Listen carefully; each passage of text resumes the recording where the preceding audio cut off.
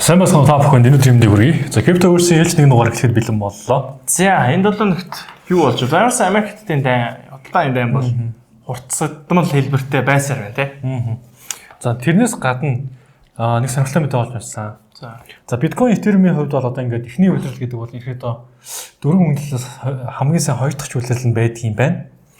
Тэгсэн чинь энэ хамгийн сайн хоёр дахь үйлрэлдээ хамгийн ихээр унсан гэдэг мэдээллийг CoinClass-аас гаргасан байна. Үнэхээр бол Bitcoin нэг 11.8%, Ethereum бүр 45.41%-аар доош унсан байна. Тэгсэн чинь одоо тэгээд 2 дахь квартал одоо 4-5 дудаас бид нар юу хүлээх вэ гэдгийгсэн чинь ерөөдөө бол дэлхийн нийтээр одоо улс орнуудын төв банкуд ерөөдөө бол одоо мөнгөний бодлогоос сулж эхэлж байгаа тийм. Энэ өөр ингээд M2 гэдэг энэ мөнгөний нээлтийг ихсгэнэ. Одоо жирийн үед энэ мөнгөний нээлт ихсэх нь одоо эрсдэлтэй хөрөнгө буюу одоо биткойн, криптод бол энэ аюул сайн нөлөөлдөг. Уг нь бол тэр утгаараа бол дээшээ хармаар байгаа гэдэг зүйл бас жоохон ярьсан байлээ. Тэгээд нөгөө нэг Broken Money гэдэг номыг бичсэн Лин Алленгийн үгдгээр бол M2 мөнгөний чиглэл хаашаа байна? Борж нөхсөж гэнэ үү?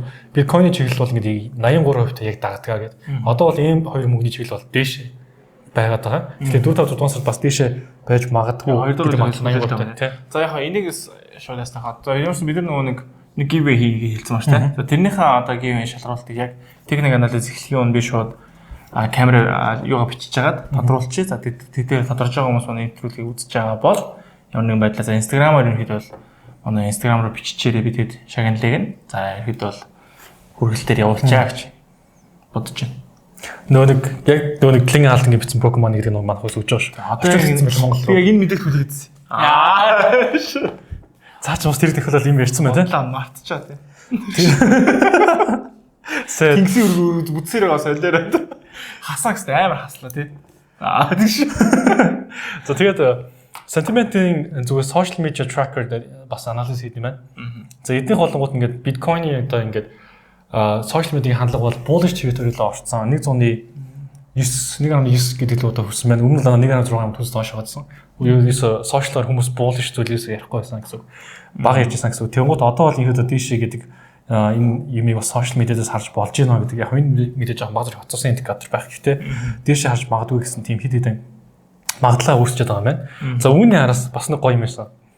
Binance-ийн CEO Richard Teng гэдэг хүн байгаа. За хууч мас хийсэн те. Тэнгууд хэд хэдэн одоо ингээд орны засгийн газрууд холбогдоод биткойн нөөцийг үүсгэхэд юун дээр харах вэ гэдэг зөвлөгөөг бол авч эхэлсэн. За аль ус гэдгийг бол хэлээгүй.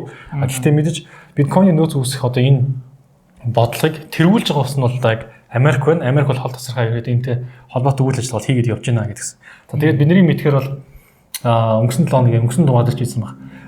Пакистан болон Кыргызстан улс хийзэг бол ингээд крипто зөвлөгөөр авсан байгаа. Тэгэхээр энэ усууд бол мэдээж тест байгаа бах гэд тааж байна.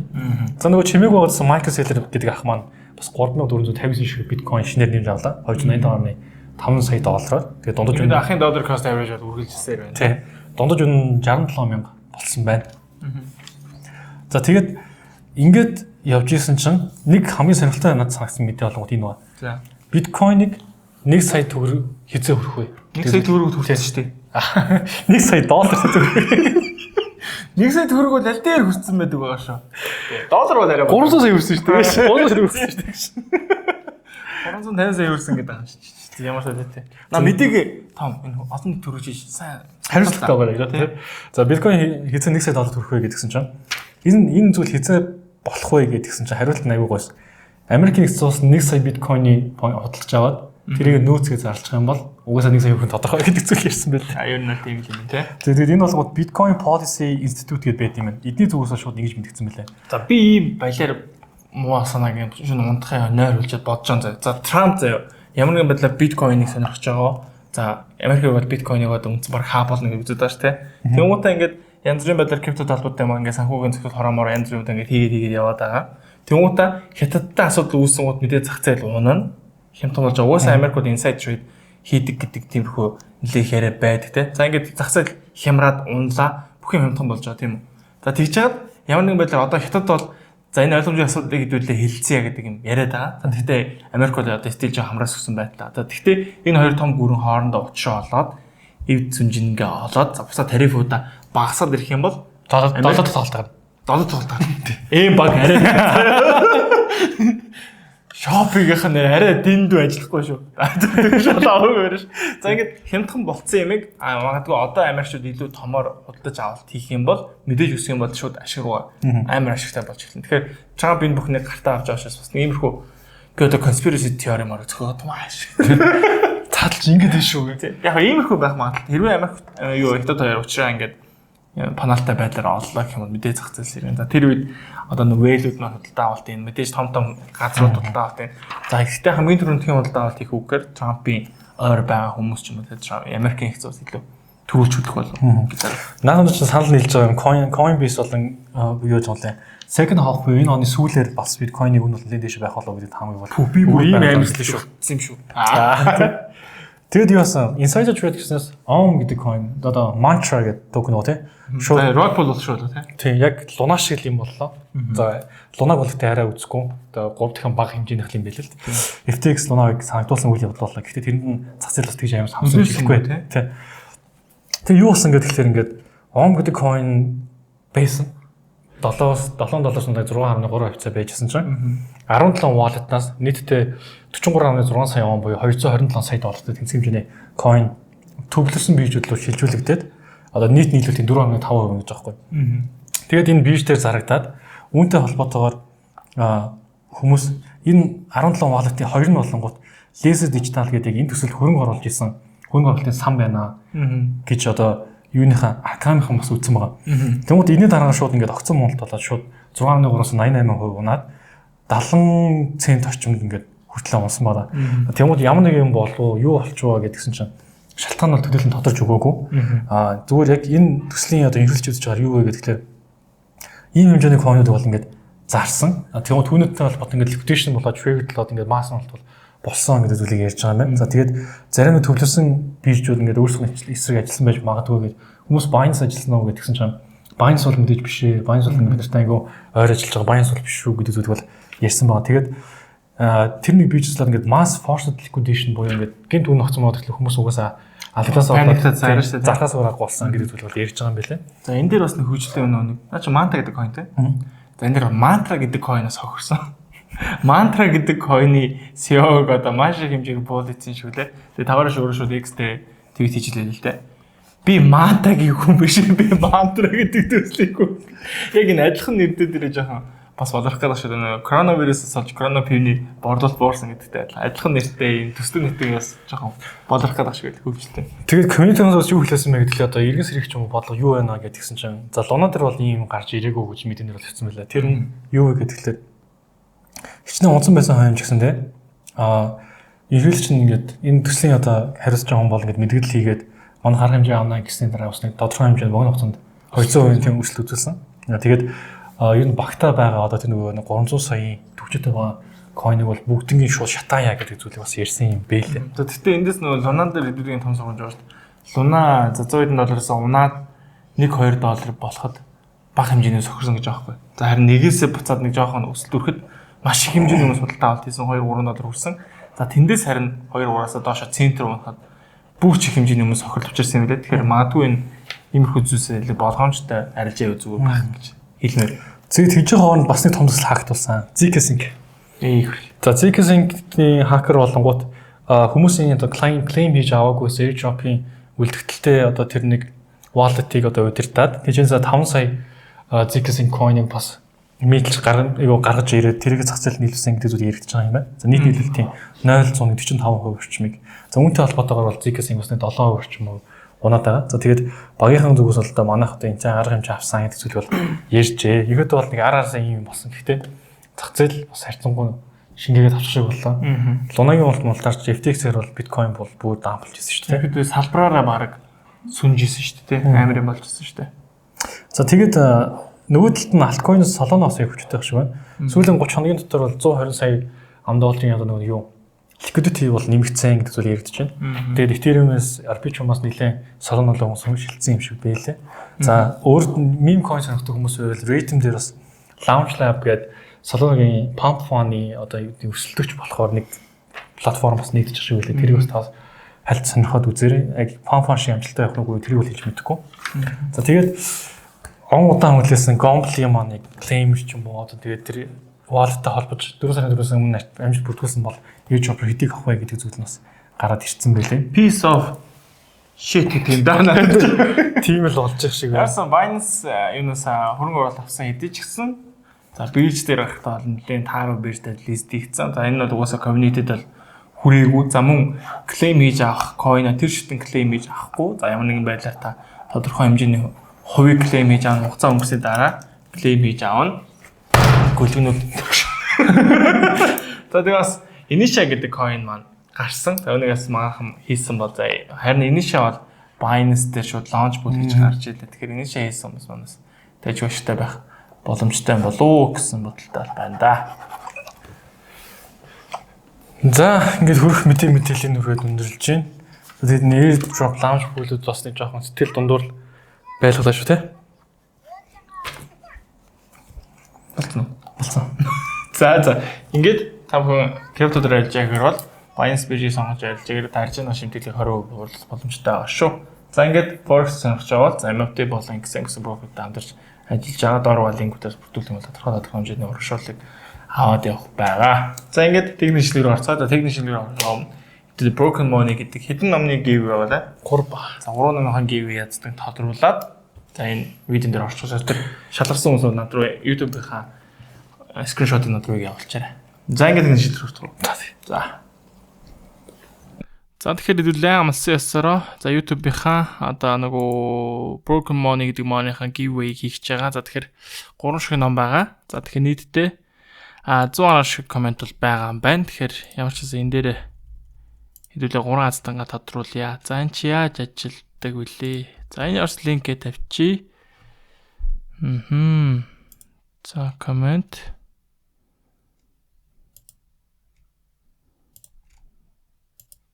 За энийг random comment 16 гэж юм баг та. Энийг яаж number-ын premium юм байна. За хэдүүлээ тэгэхээр нэг нэгээр л тодруулж таарах нь дээ. За ингээд болцсноо. Comment бичсэн хүмүүсээс нэг атсан тодорно. За окей.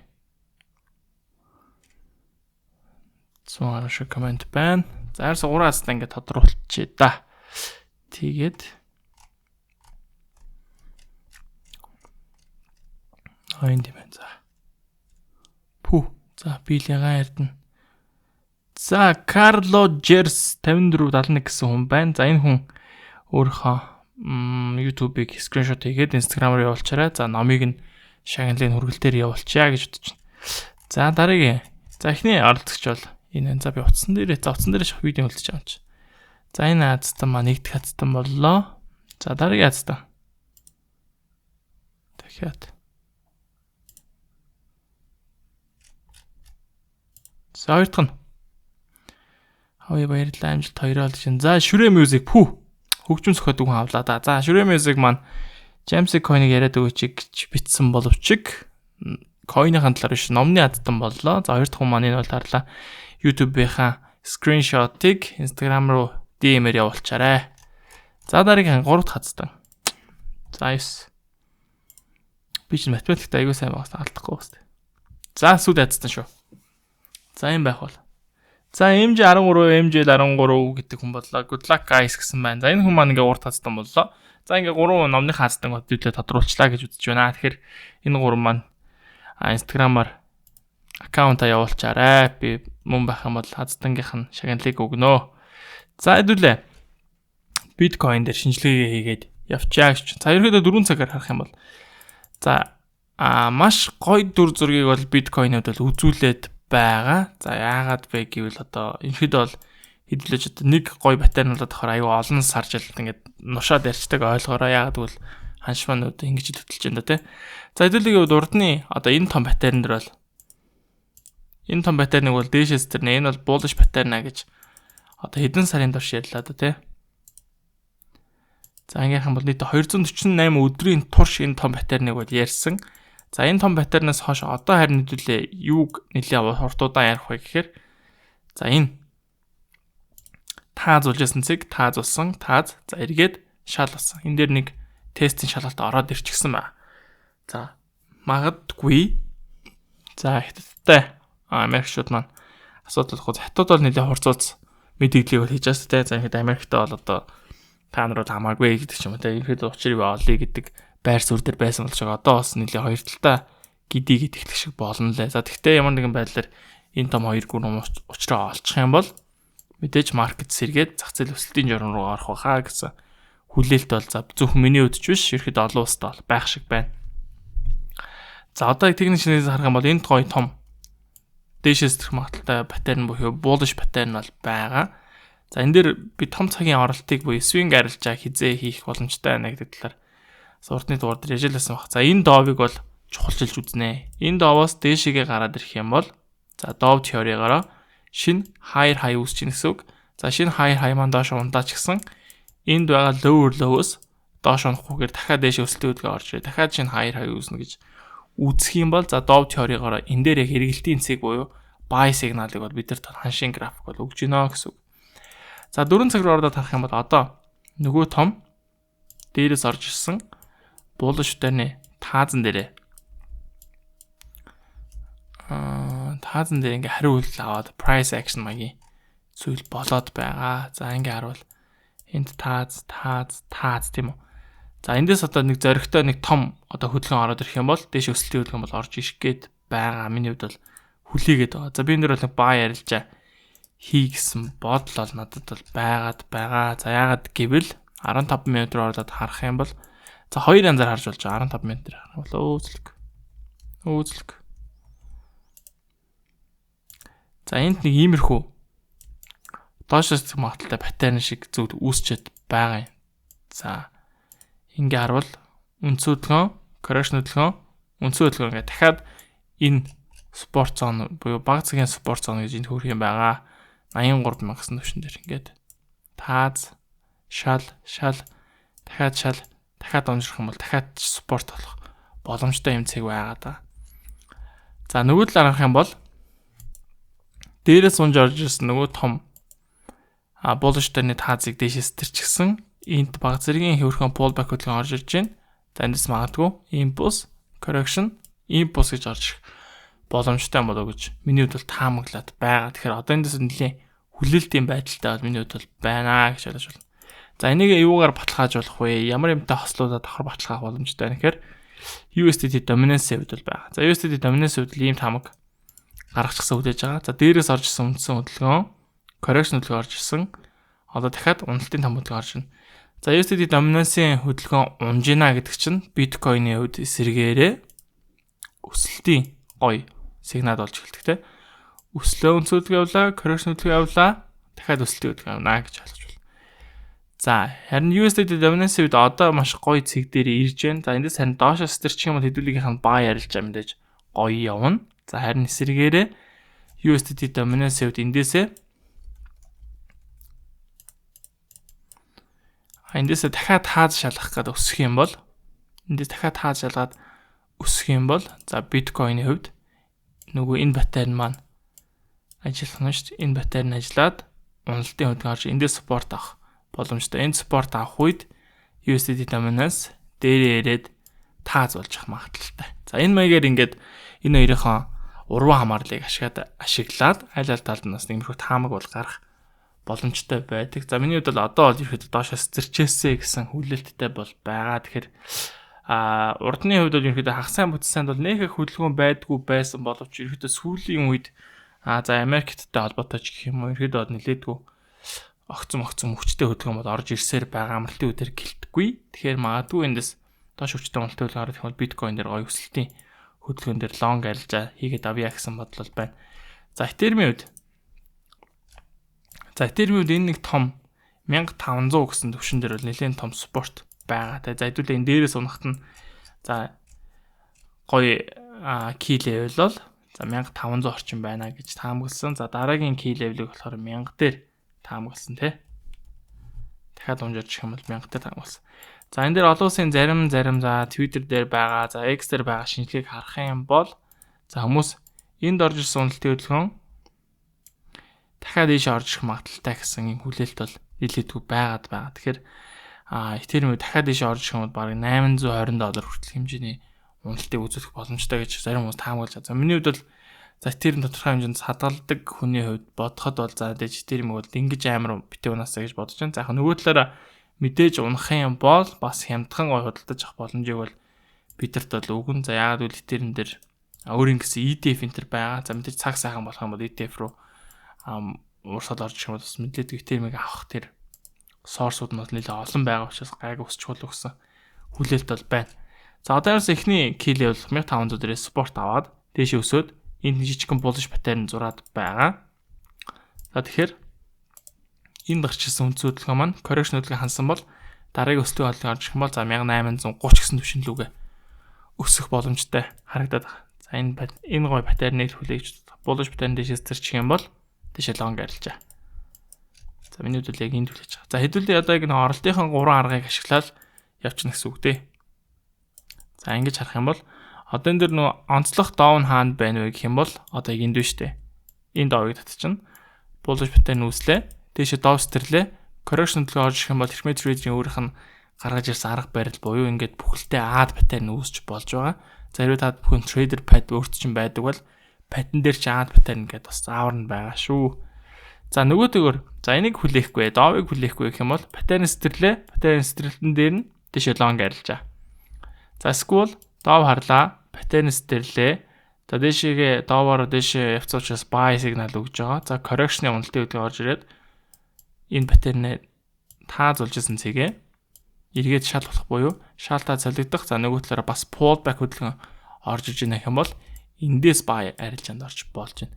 За иймэрхүү байдлаар 3 арилжаанд орох. Ерөөдөө бол тактикаар ерөөдөө бол баг хичнээн чичээд ингэж видео хийж энэ да тий. Тэгэхээр энэ 3 тактикаар ерөөдөө арилжаанд ордог. За арилжаанд дээрээс орохдоо яг баримталж байгаа ганц зүйл юу вэ гэхээр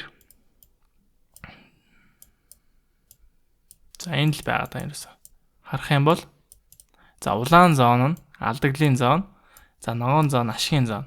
За улаан зоон алдагдал, ногоон зоон ашиг буюу алдагдал хүлээж байгаасаа илүү хэмжээний ашиг олох хуваарлалттай л арилжаа гэдэг. Risk reward-ийн харьцаа чинь эрсдэж байгаа чинь бага, олж байгаа чинь их, эрсдэж байгаа чинь бага, олж байгаа чинь их байдлаар.